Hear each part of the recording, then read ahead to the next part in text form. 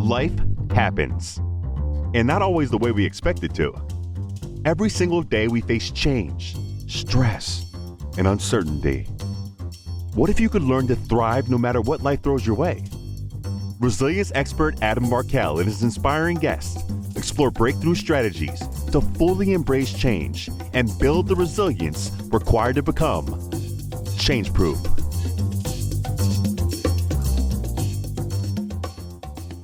Dr. Richard Shuster is a clinical psychologist, TEDx speaker, CEO of Your Success Insights, renowned media expert, and the host of the Daily Helping podcast.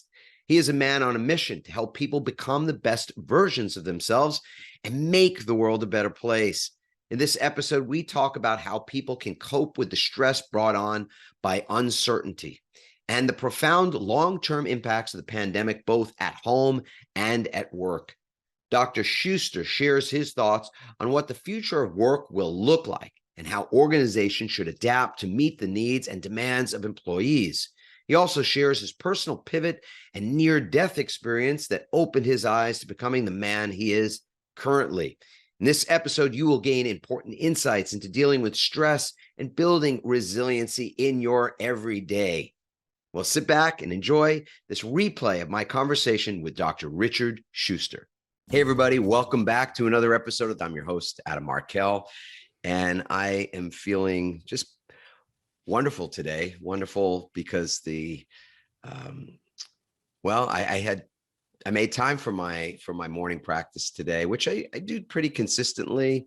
I would say almost every day, but not every day do I get a really good chunk of time to not feel rushed through my morning practice. I don't know if you all have any morning routines or rituals. I know a lot of people do. Obviously, part of our show is talking about resilience, and my own beat on resilience is that it's about recovery, not about endurance. And the greatest form of recovery that I know of personally is morning ritual, spiritual practice. Some people pray, some people meditate, whatever it is that you do, maybe just sit in stillness. I frankly love to pray. Prayer is just, could be anything really. For me this morning, it was just simply gratitude, just feeling grateful. And I'm so happy that the guest that I have on the show today, just before we were getting ready to record, that's kind of what he said, that he was just feeling filled with gratitude. So I knew we were immediately kindred spirits, as they say, simpatico. And so I'll say read a little bit about this gentleman, and then we're going to dive right in. Dr. Richard Shuster is a clinical psychologist, TEDx speaker, CEO of Your Success Insights, renowned media expert, and host of the Daily Helping podcast, which I absolutely love the name of that show, which is regularly downloaded in 150 countries plus. His mission is to help people become the best versions of themselves and make the world a better place. So, Dr. Richard, is that okay? I call you Dr. Richard? Yeah, absolutely. Absolutely. Awesome. So great to have you on the show today. I read what is a condensed bio, but there's a lot in it. What's something that is not in that bio? Maybe one thing that you would just love for people to know about you. That I have a competitive barbecue team, probably, because I love barbecue. But no, that it sums it up, and it's really funny because I go on a lot of these shows, and some people want to read the voluminous kind of manifesto of everything that I've ever done in my life, and yours was short and sweet. But when you drill it all down and peel back all the layers of the onions, for me, everything that I do is about helping people in some way, even if it's of no benefit to me. In fact, in most instances, it's of no benefit to me. And I think, that's the best way to be. We can talk about the science of that as we get into things, but, I've never been happier. I'm having fun, and we're going to have fun today. So, I'm looking forward to this, and grateful to be here, and hope I add value to your audience. Oh, I already know that's going to be the case. So why don't we I love to start with an origin story. You've been on a TEDx stage, and our company, among other things, trains people to get on a TEDx stage, deliver their idea, create their idea, craft their idea, deliver it, et cetera. And one of the things that we do typically in that work with people and training them to create a script to begin with, is to find their origin story, the sort of the first domino, if you will. I'd love to get a sense of just what's the origin story for you in terms of the life that you're leading right now. Yeah. Well, I'm glad you asked. Actually, that was the nature of my TEDx. I talked about my origin story in that.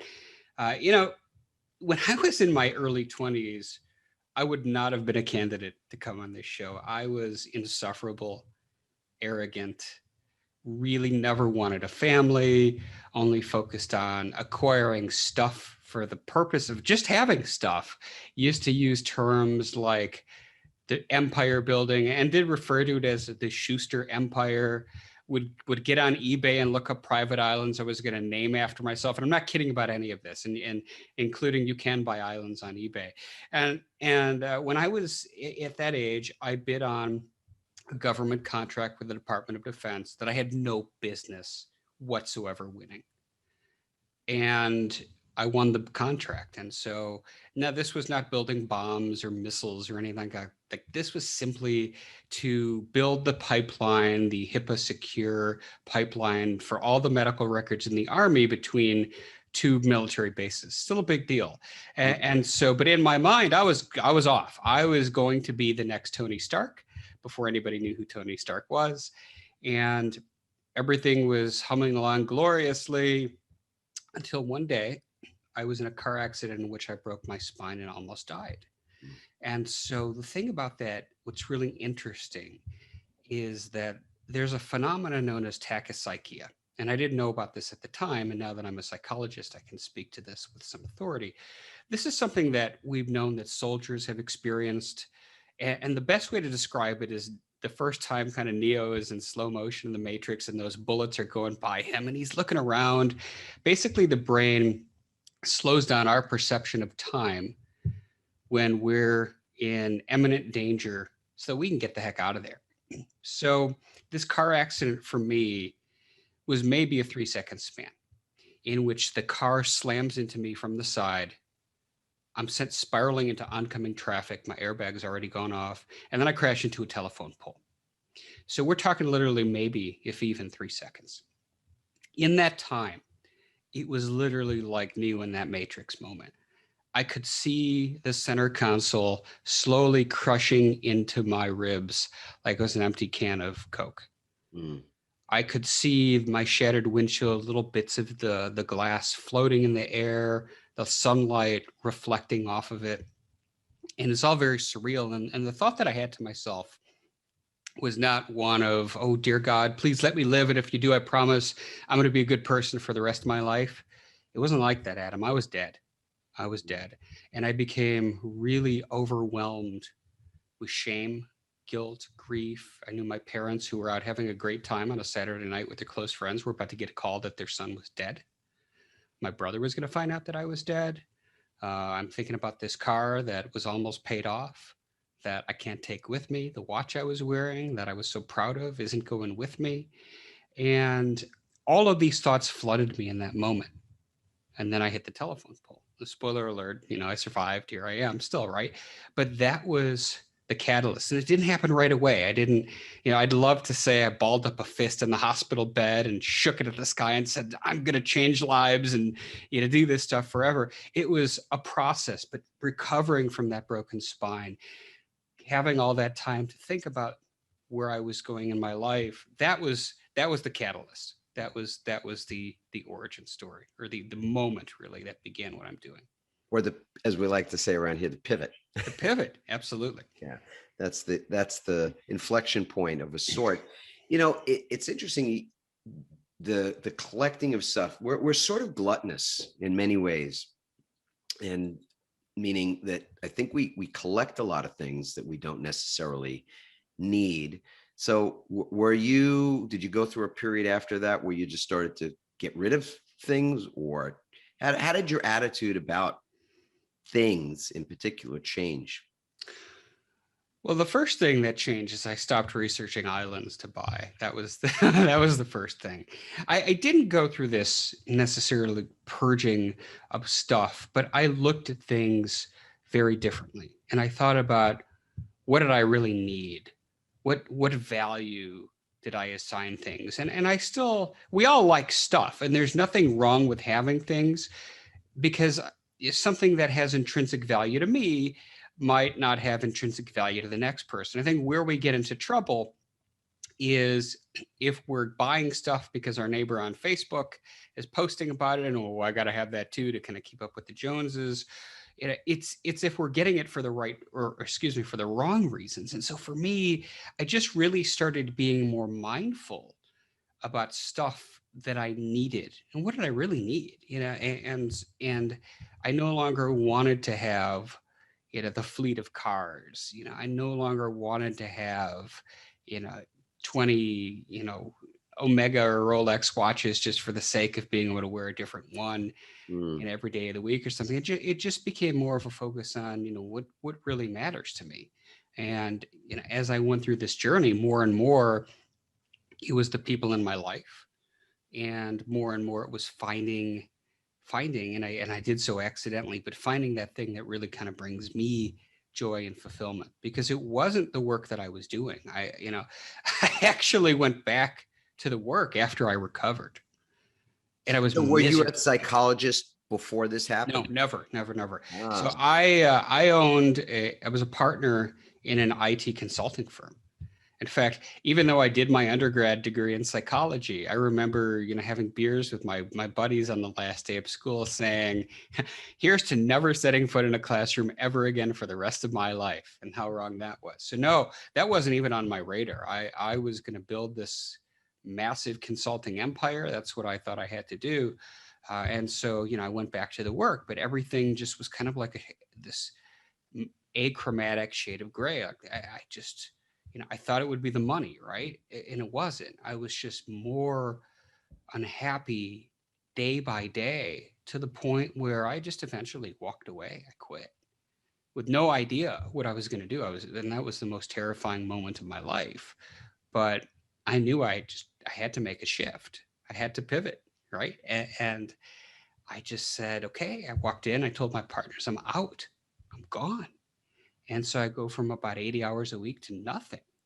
And that was scary. I was sitting in my place for months alone, and I was wallowing in regret. I shouldn't have done this. I shouldn't have started that business. I shouldn't have gotten that contract. All the while, there's people in my ear, right? Because everybody, when you do something that's unexpected, I'm going to start a business, or I want to go on American Idol, whatever it is. Like, when we tell people we're going to do that, you're going to have people in your ear. And a lot of times those people in your ear, and they don't even necessarily do this out of, malice. It's just when you buck the trend, when you do something unconventional, people like conventional, right? So as soon as that was over, immediately. well, I like safety for That's one. right. And so one's telling me, oh, go be a financial planner, go to medical school, or go to law school. Like, everybody's telling me what I'm supposed to do. Right. And, I wanted to find my own path. And so, that it's so wild when you go take 20 years and you kind of reverse, do the breadcrumbs of what led to this and what led to that. So it's really interesting. And I don't know what I would be doing, Adam, if that accident and that story happened in 2021, because we have things like Instacart, and we have things like Amazon Prime and Fresh. Back then, you had to go to the grocery store. You had to go to places. This was circa 2002 at this point. And so for me, kind of the first taste was I had gone to the grocery store because I needed food. Nobody was going to bring it to me. And I overheard these two women talking about their teenage daughters on MySpace, and they were a little freaked out, and one's making inappropriate gestures, and the other one was in a bikini and taking these pictures. And this is pre-cell phone, but MySpace was the thing. And I'm not typically the person who goes and interrupts other people's conversations, but in this moment I did. And I just, because, that's the world I was in, right? Network and technology and security. And I said, okay, these are some things you need to think about to keep your kids safe online. Sorry to interrupt, but just, I overheard you. And their eyes got huge, like, I didn't mean to freak them out, but I did. And one of them was the school's PTA president, and said, will you come talk at our school? I did. And it was weird because there was no agenda, right? I wasn't up there trying to sell anything. Like this was simply me helping other people with the knowledge and skills that I had acquired doing my IT stuff. And that was really the first inkling of this little kind of light glowing in my heart that, hey, maybe I'm onto something here, right? And so there was a guy in the audience who was actually on that city's cybercrime unit. And he said, hey, you're a really good speaker and you can say things as a civilian that we can't in law enforcement. Would you team up with us? Well, now I've got a speaking circuit, right? Like, how did this happen? And I'm talking to schools and I'm educating parents. And at one of these, a guidance counselor came up to me and said, hey, we're really desperate for male mentors. We have a lot of female mentors, but no male mentors, which I'd never done anything like that before. And I said, okay, I'll try it. And they gave me a kid who was in the 7th grade. His parents had split and he was acting out. And I'm not so arrogant to say I'm the reason why he changed, but I was certainly a part of that change process. And that was just another little, oh, well, that's really exciting. And that feels really good to me. I wonder if I can make a career out of that. And so I went and got my master's in social work first. That was my first master's. And I worked with families that had been, it's right when Hurricane Katrina happened, when I was in school and where I was living, there was a lot of influx of evacuees from New Orleans. So I worked a lot with Katrina families. That was really, really powerful, and just continued on and got my doctorate in clinical psychology, subspecialized in forensic and neuropsychology. And that's really like, that was the thing, right? And so whenever you go through something like that, you put this really ambitious goal, you put it up on the wall and you're just like, I'm going to be a psychologist, right? And it's like this 70-year odyssey, between internships and boards and this, that, and the other. And the funny thing is, now I'm not even doing that work at all, which was another pivot. But, the journey for me to get from being this, insufferable materialistic person to a licensed clinical psychologist was really about, it was this 12-year journey, really about 12 years. It's interesting. Before we turned on our, hit the record button on this show, I said to you, we had a almost sort of commonality in where we went to school, because you're a Michigan State grad, right? Yep. You're a Spartan. Absolutely. And I only know about the Spartans because I went out to see the campus and meet the swimming coach back in the day, and I almost became a Spartan. Instead, I became a Minuteman. It's just kind of funny to say it, but UMass Amherst, University of Massachusetts at Amherst, that's where I ended up going to school, and fortunately that I did in so many ways, because I met my wife, Randy, then. We're college sweethearts, and I don't know, this summer, it's crazy to say this, but we'll be married 32 years. And that's awesome. I don't even know what's more surreal or so real about that. The time that has gone by in such a blink of an eye, or just the way that our love has developed beyond my comprehension at the time that we fell in love and I asked her. So the other thing too is, so we didn't go to the same school, but I was close to going to Michigan State, and ultimately I meet my wife in psychology 101. That's how we met, man. So it's the only psychology class I ever took. But I've never said this on air before, Adam, but I actually took my first psychology class because there was a girl I really liked that had signed up for it. There you go. Didn't end up marrying her, but yeah. Child psych too. Yeah. Back in undergrad. So I want to ask you, I know that you're not a day-to-day practicing psychologist these days, clinical psychologist, and still in looking at the pandemic, not just looking back at it, because it's not released its grip on so many people and so many segments of our world. And there's a mixed bag of things, both difficult and challenging for folks, and some really wonderful blessings that have already begun to emerge, and we've seen a lot of that already as well. What would you say as a clinical psychologist might be the sort of the biggest issue that you've noticed in terms of what's gone on over the last year? Because there's a lot of statistical things that we're kind of getting wind of. And I'm not trying to tie all this stuff together, but just there's a rise in suicides. There's a rise in anxiety and depression. I know my pivot story is a little different than yours. I didn't end up in the hospital because of a car accident. I ended up in the hospital because of a panic attack. So I know what anxiety feels like. I think the statistics are pretty stark there across the board in a lot of demographics, especially with young people. And of course, we've seen, a rise in mass shootings and things of that sort as well. So not to try to put any kind of a bow around a big topic like this. I just want to get your thoughts on it as a clinical psychologist. So it's interesting because I don't believe that we're really going to know the impact on emotional well-being for people for years as to what the fallout of this is going to look like, in particular for young people.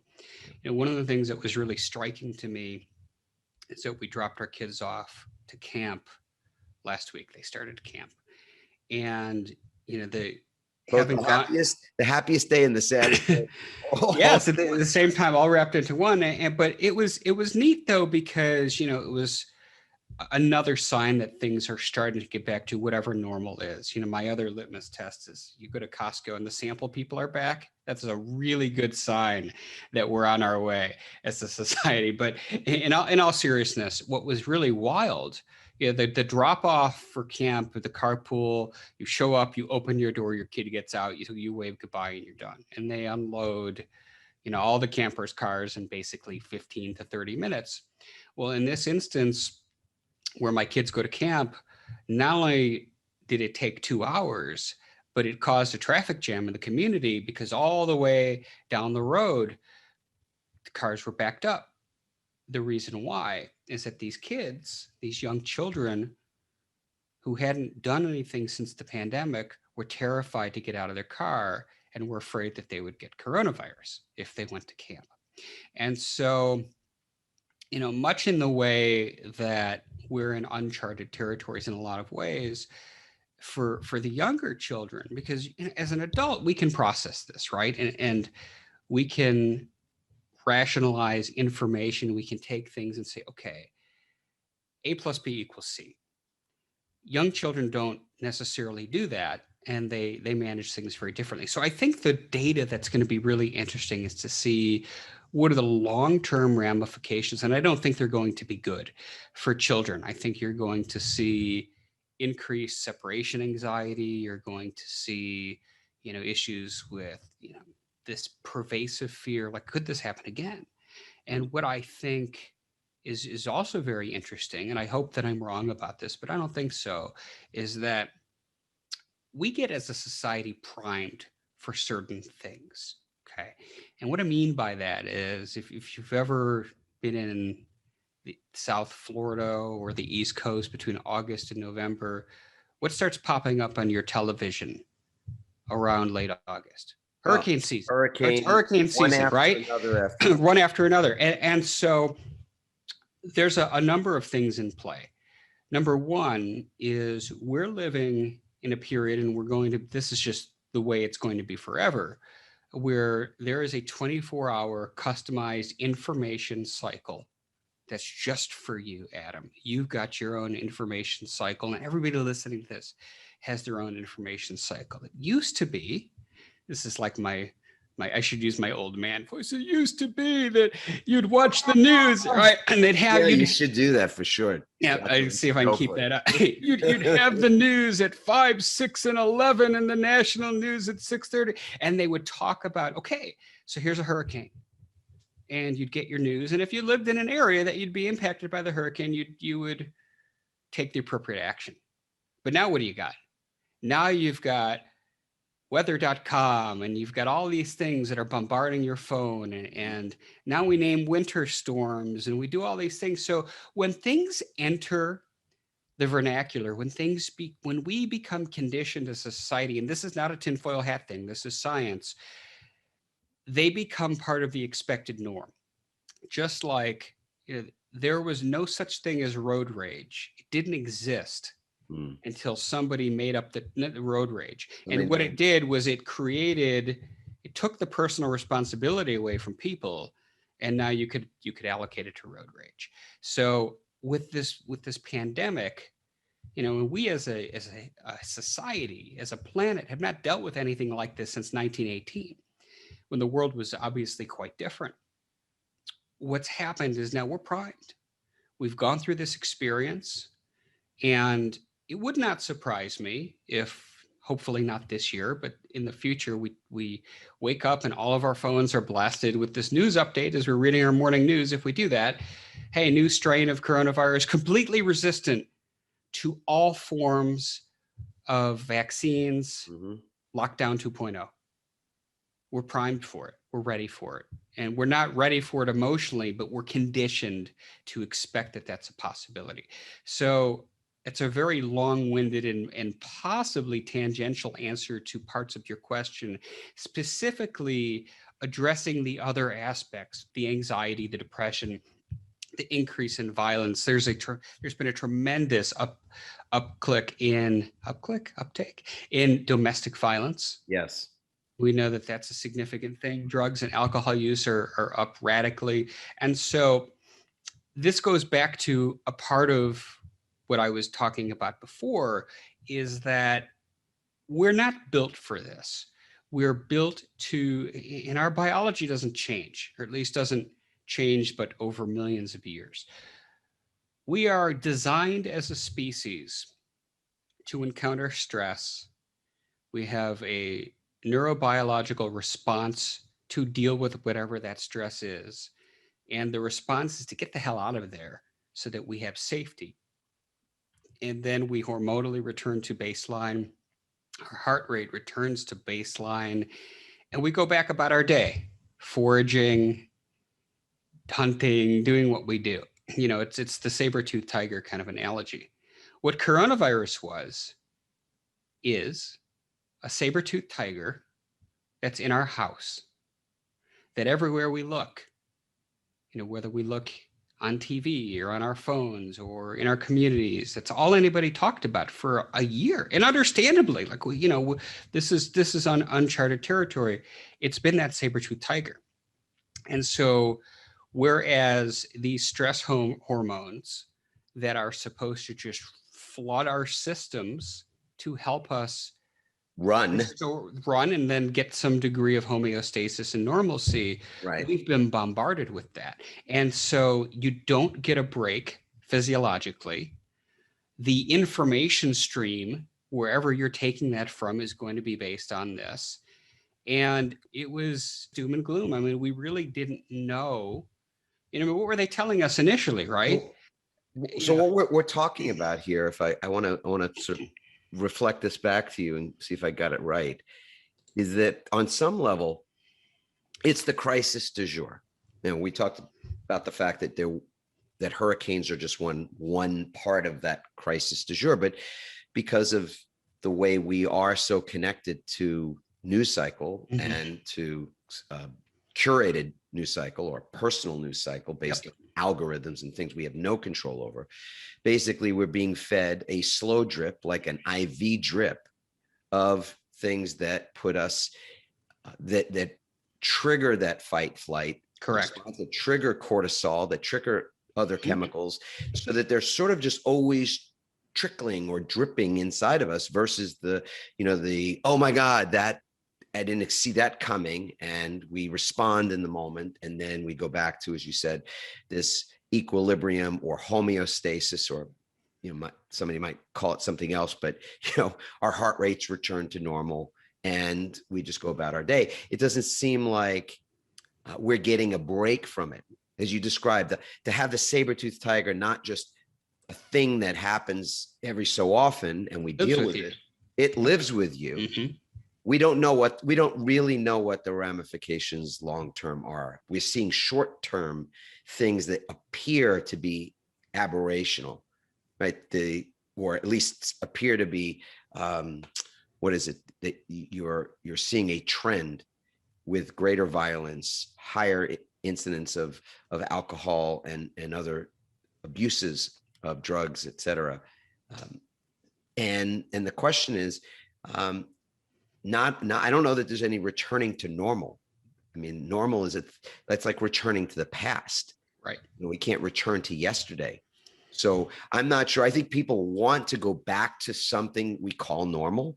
And I think that in and of itself is another stressor, because normal is not returning any more than yesterday is. Am I wrong about that? No, I'm not a virologist, so I can't obviously speak to, herd immunity and all of these fun things, but it's what normal represents to the individual, right? If normal represents taking their kids to a Yankees game, now they have the people in Yankee Stadium and not cardboard cutouts. That's some semblance of normal. So there's going to be a return to something, right? But we don't know exactly what that is, right? And then the next question is, so what happens next? Because these vaccines appear effective. I mean, I took mine, full disclosure. As did I. Yeah, so what happens? There were a lot of people who didn't take them for whatever reason they didn't. And this is not a political statement. They didn't take it for whatever reason. No, it's a personal choice. Right. And that's entirely a personal choice. That's right. And so, what happens when Ticketmaster now has a new edict that says, hey, if you want to go to a concert, you have to prove you've been vaccinated. If you want to get on a plane or, so there's probably half of you listening to this saying, yeah, I got my vaccine. That sounds totally reasonable. And there may be some of you saying, wait a minute, and now I'm left out of things, or I'm left out of family events, and so this is such a complicated thing, Adam, that we're just only starting to look at the possibilities of what things are going to look like. I know that I can say this with confidence: businesses are never going to be the same. Commercial real estate is never going to be the same. Businesses found out pretty quickly that, hey, wait a minute, our employees are working from home. Yeah. And we're still generating revenue. We're still turning a profit.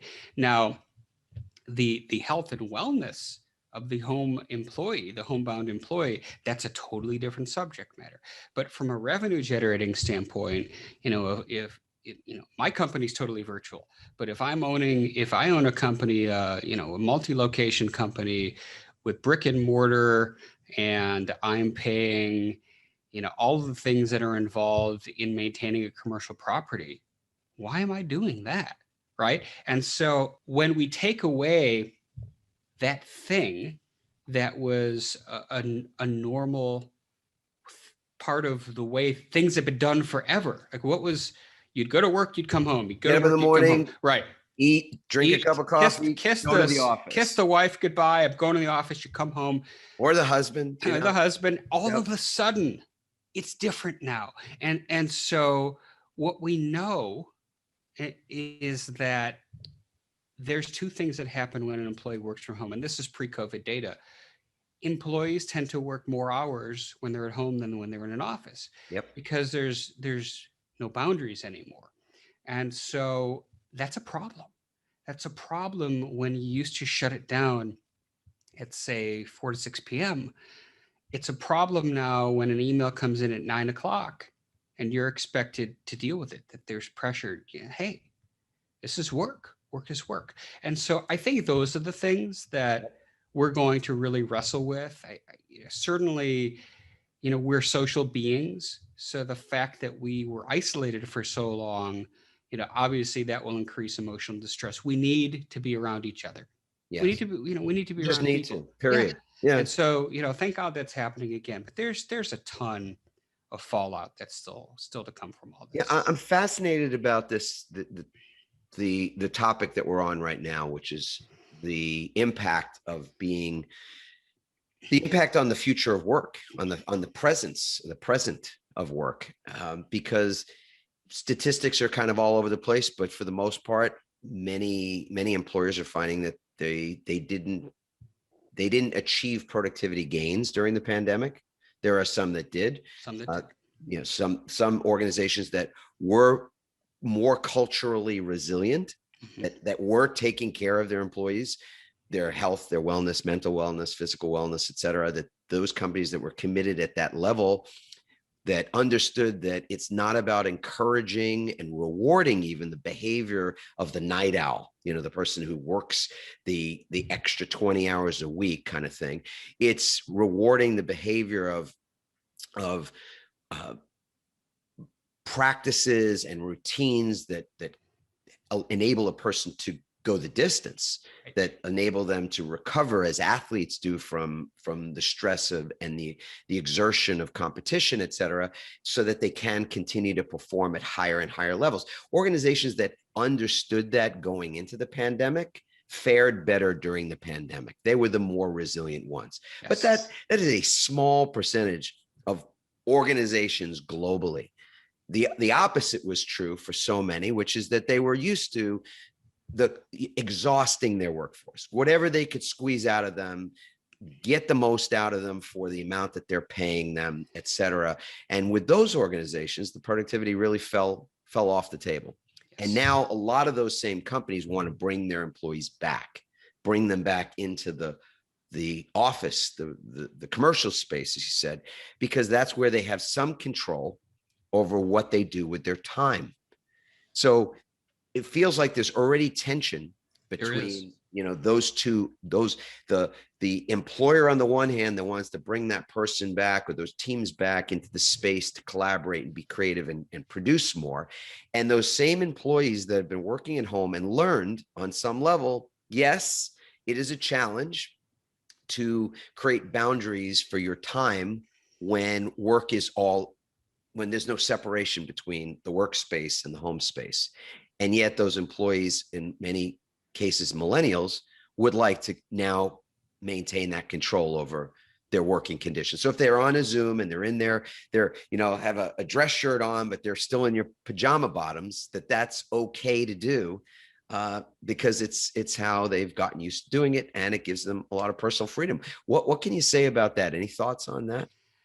Yeah, it's my other business is in this space of employee wellness and balance and has been pre-pandemic. So I've already kind of been here.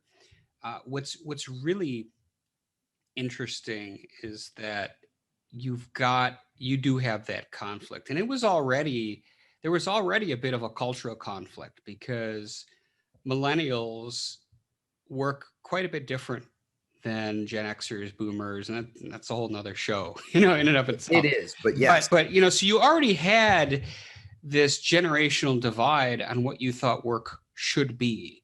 And so now, the example of the guy in their pajamas was perfect. I think what you're starting to see, and it's similar, one of my favorite guests I've ever had on my show was Bob Berg, and he, the Go-Giver, and love Bob. Bob's amazing. And so, when Bob wrote The Go-Giver and talked that, companies should really have everything they do should be mission centric and helping people. A lot of people kind of looked at that and were like, nah, that's nonsense. But over time, that's taken hold to where many businesses now, I won't say most, but many businesses have a value-laden built-in mission into why they do what they do, which is something that millennials in particular really strongly gravitate towards because they want to work for companies that know that they're doing good on the planet. So similarly, start with why and start with works, right. Simon Sinek, Delivering Happiness, and Tony Hsieh. So you're right. It was, and Bob Berg's book came right. He was the godfather of that. But I think the analogy to that is apt when we're talking about wellness with employees, because you're right. It was really a small percentage of companies that had pre-existing mechanisms to deal with the overall wellness and happiness of their employees. And the data is so clear on this, is that, employees that have balance, employees that feel fulfillment, feel respected, feel part of a team, feel safe to be able to express their values, those companies thrive, those employees, the retention rates are higher. Like, there's so much good data on all of this stuff.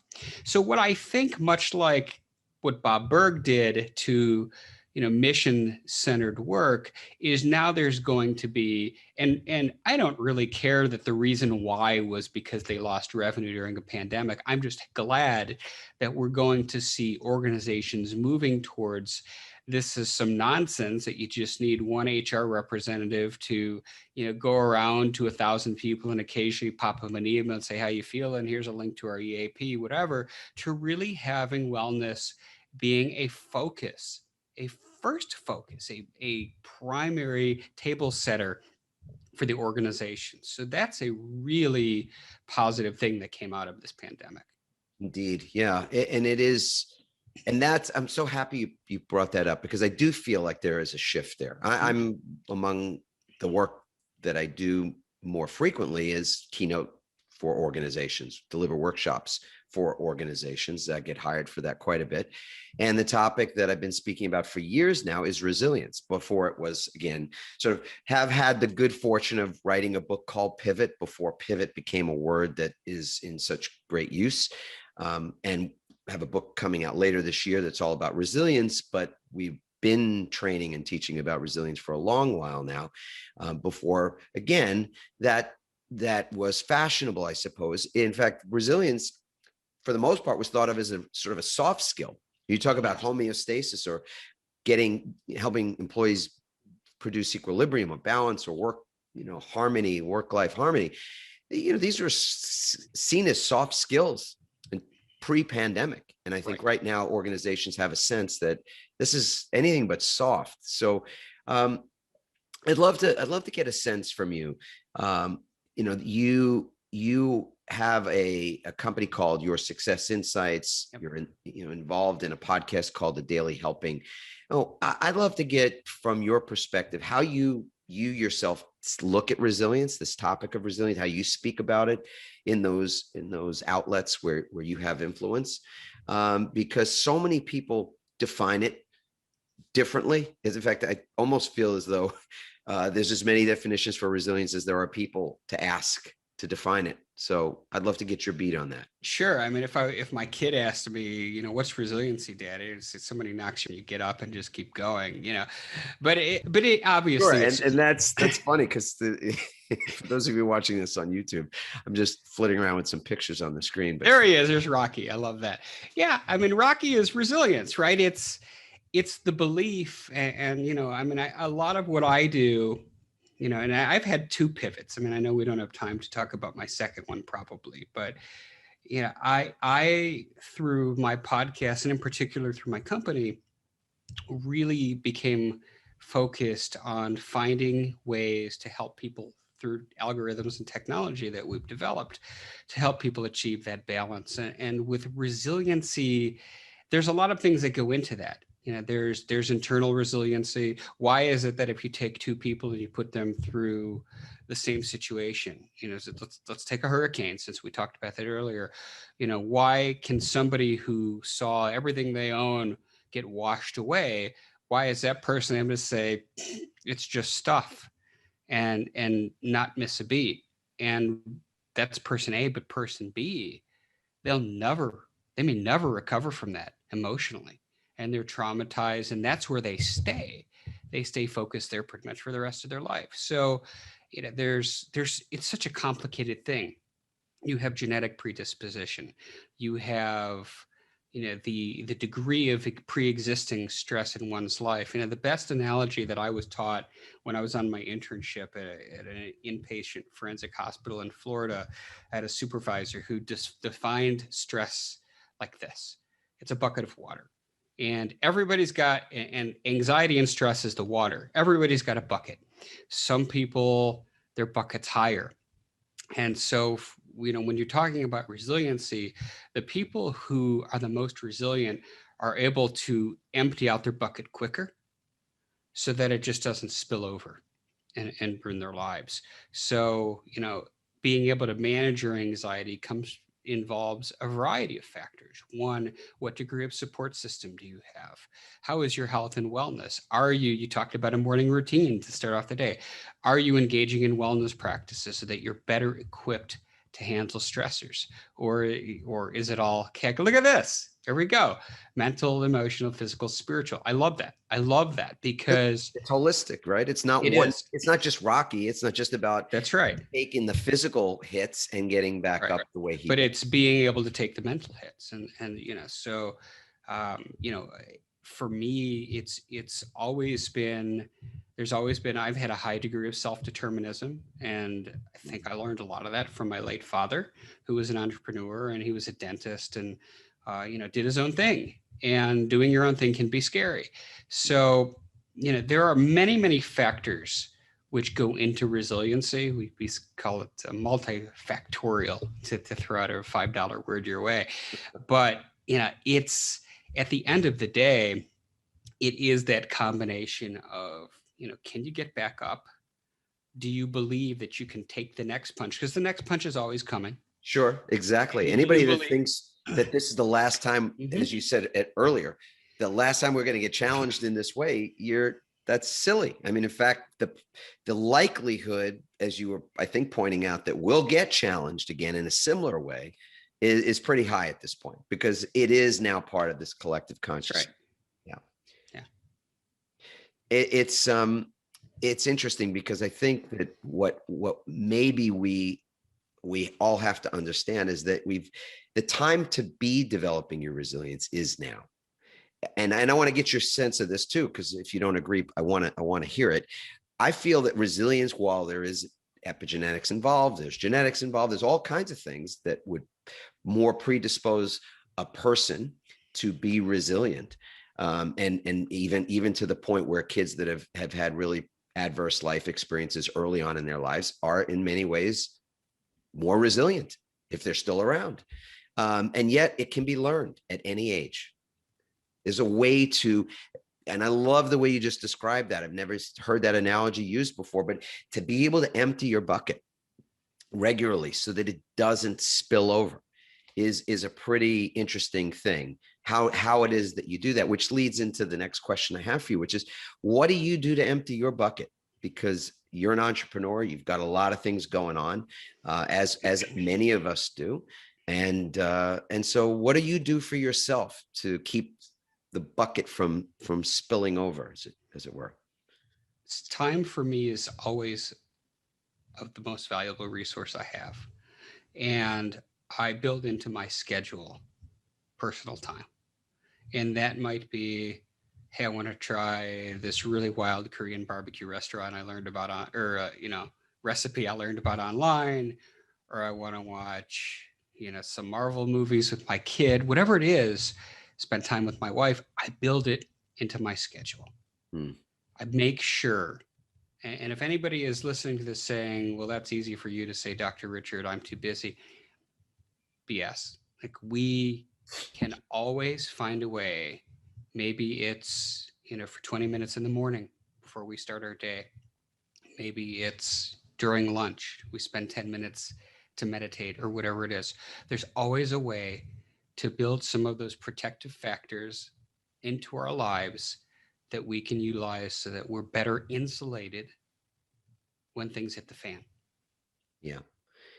Emptying the bucket, as I just want to keep to that visual for myself, because I think, again, we feel somehow that we get more points at work, or with people, or in heaven, I don't know where, because we have this capacity to just sort of be busy all the time. And sometimes I'll ask an organization, I'll say, so are your people too busy to think big? Are they too busy, too overwhelmed, too burned out even to think big? Because thinking bigger and broader is what we all have to do at any point in our lives. I mean, that's just the way. We wouldn't, going, back to the start of time, we wouldn't have fire if somebody didn't think bigger and broader. We certainly wouldn't have an automobile or a plane or a moonshot or anything else. So to be able to think and act in accordance with those bigger and broader ideas and even dreams, I think is everything. It's certainly everything in business, but I think it's everything to the human heart. We perish if we do not have a a big vision. But Well, it's Maslow, right? Like if you don't have basic food and shelter, how do you self-actualize? right. So if you're always running around like a chicken with your head cut off, where do you have the space to reflect, to plan, to dream? You have to allow yourself that space at an organizational level or at an individual level. You have to. So true. So I'd love to, just as we are winding some things down here, if there's something that we covered today, or maybe even didn't cover, but that you just would love to, either close an open loop here, or just even put something else in for emphasis. I'd love to get your final thoughts, Dr. Richard. Yeah, if this was a 2-hour show, we probably would have talked about my second pivot. About a year ago, almost to the day, as I was on top of my game, I had just done my TEDx and signed some big contracts, and life was perfect. I suffered a stroke and almost died. Wow. And I'm not the type of person who you would expect to have a stroke. I don't drink, I don't smoke, I've never done drugs. I've had some friends tell me that's probably why I had my stroke. in all seriousness, like I ate right, I worked out sometimes twice a day, 7 days a week, I meditated, I did everything, and it still happened. And it's because I was out of balance. I didn't think I was. And the lie that I told myself, and many entrepreneurs do, is that it's not work if you love what you do. If you are working an incredible degree, and your body will tell you, you might not want to listen, but it's so important to have balance. It's so important to take the time to do the things so that bucket, if not fully empty, because the bucket's never fully empty, but to keep that water level low. And if you do those things, you'll be all right. We'll all be all right. Yeah. It's not stress that kills us, is it? It's the lack of recovery from stress that kills us. And even as I heard somebody say some years ago, it's not stress, it's the way we define stress. How do we see stress? Because our mindset around it, our mental outlook about it, I think has a great deal to do with it as well. I know, for example, today we're going to finish up the show, and I've got some other things going on. We've got a mini TED evening that we're producing tonight with three of our folks that are going to deliver their talks. But in between, I'm going to go. We have this place that we live in a few months of the year, more than a few months now that we're empty nesters, and I'm going to go down to the water, and I'm going to get in the water and swim. I mean, like in the ocean. And I get on Instagram and in places and talk about self-care and doing these things, but it feels on some level like there's a lot of that kind of conversation happening. I always feel a little strange about that too, because there are genuinely people who, if you're working a job right now and it's an hourly wage job, and sometimes it's a minimum hourly wage job, it's like, well, you can't just go to the beach and have a swim. I mean, it's just not possible for a lot of people to do that. And yet, while that might be an ideal of sorts, it's not the only way to take care of yourself. As I said, to me, the most important time of the day is the first 10 minutes when I can sit quietly. And in a great day like today, I got to sit longer than 10 minutes and just be where I'm peaceful and create peace on the inside that permeates everything on the outside for me. With, I can't control whether I get an email that's disturbing or some other piece of news today. There's just no controlling. I mean, I think uncertainty drives us a bit batty, doesn't it, Doctor? It does, yeah. But it's like anything else. Whatever comes at you, you have control as to how you react to it. And I know intuitively that, wait a minute, no, like if somebody robs me, like I'm going to feel this way. I'm going to be upset. We have control over how we react.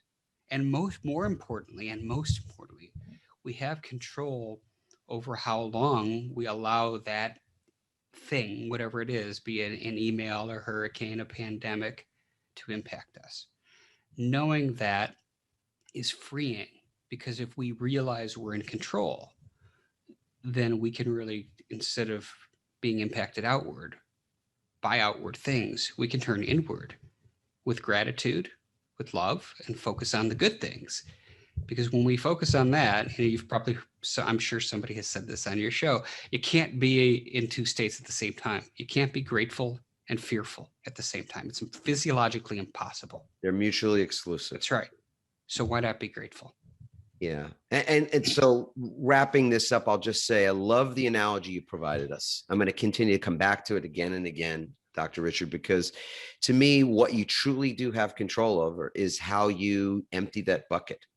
Because that drip, drip, drip, drip, drip, it's the email here, it's this news, it's that situation, it's what I saw on TV, it's, my blue team or my red team, and, drip, drip, drip, drip, drip, till the bucket just fills up.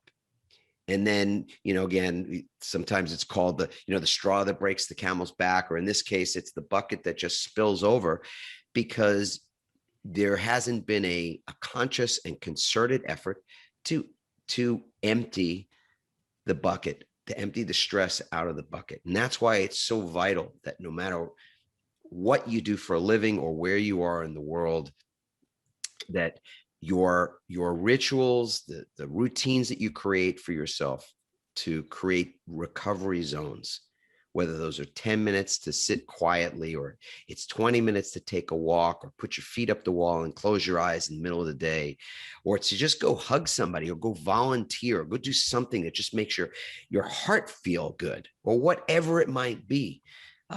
These are small things that clump together collectively help to continue to empty the bucket, so that it's not one thing that after another thing that produces a dis-ease of a sort. Really so appreciate your time today. So appreciate the conversation we just had. I loved it. It was great being here. Absolutely. Awesome. Everybody have a wonderful rest of your day. Now, before you go, if you know somebody that would really benefit from hearing what it is that we've been discussing, that Dr. Richard and I have been talking about, please feel free to share this episode with them. Of course, we love to get your thoughts as well, because your comments, your feedback is vital to us. So you can leave a comment at adammarkel.com/podcast. And also I'll give you a link, a URL that I think is really powerful too. We want people to know where they stand at this moment when it comes to their own mental, emotional, physical, yes, and spiritual resilience. And you can go to resiliencerank.com. Resiliencerank.com. In 3 minutes is all it takes to answer 16 questions. Again, the assessment, if you will take about 3 minutes, and then you'll get a score as well as resources. It's entirely free. We're not selling anything there. It's just a very good way for us to help you to find out where you're at this moment. And we so appreciate you taking the time to do that. And lastly, Dr. Richard and I both did a TED Talk around the same time, actually. And in my talk, I shared my waking ritual, which is 3 easy steps, which I just remind everybody of right now. If you haven't heard it, be the first time. Wake up. So, Dr. Richard, did you wake up today? I sure did. I could tell, man. And some of us were still in the process of waking up, right?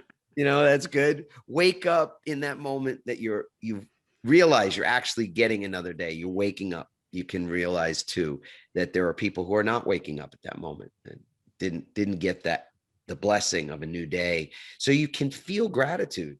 As Dr. Richard was saying just a moment ago, how gratitude is so important. And that's step 2, just feel gratitude in that moment that you wake up and realize it wasn't guaranteed when you went to bed the night before. And third, lastly, if you feel inclined to do it, put your feet on the floor and say something out loud to start your day. I used to put my feet on the floor back in the day when I was practicing attorney, spent 18 years in that field. And when I used to put my feet on the floor, I used to feel anxiousness to begin the day, and sometimes even worse feelings than that. And sometimes the words came out of my mouth I can't repeat right now. They're rough. But now when I put my feet on the floor, I say the words that are written on my t-shirt at this moment. 4 simple, but really impactful words from me. I love my life. I love my life, no matter what. I wish you all a beautiful and a blessed rest of your day, everybody. And again, Dr. Richard, thanks so much for being a guest on the show today. Absolutely. I loved it. Awesome.